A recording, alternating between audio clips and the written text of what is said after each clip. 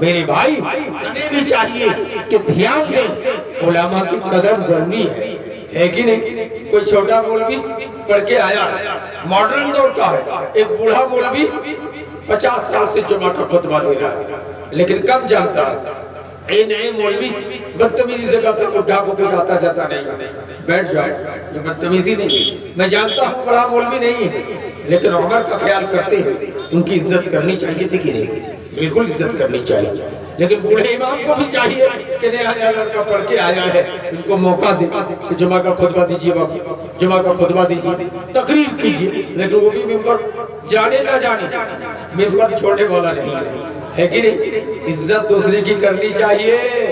دلیل حضرت عمر کرسی میں بیٹھے، ایک ہی کرسی ہے، آ رہے ہیں کون؟ غلام خاندان کا، کیسا؟ کالا آدمی، منہ میں چیچک کا داغ ہے، موٹے موٹے ہونٹ ہیں۔ کون تھے وہ؟ حضرت بلال۔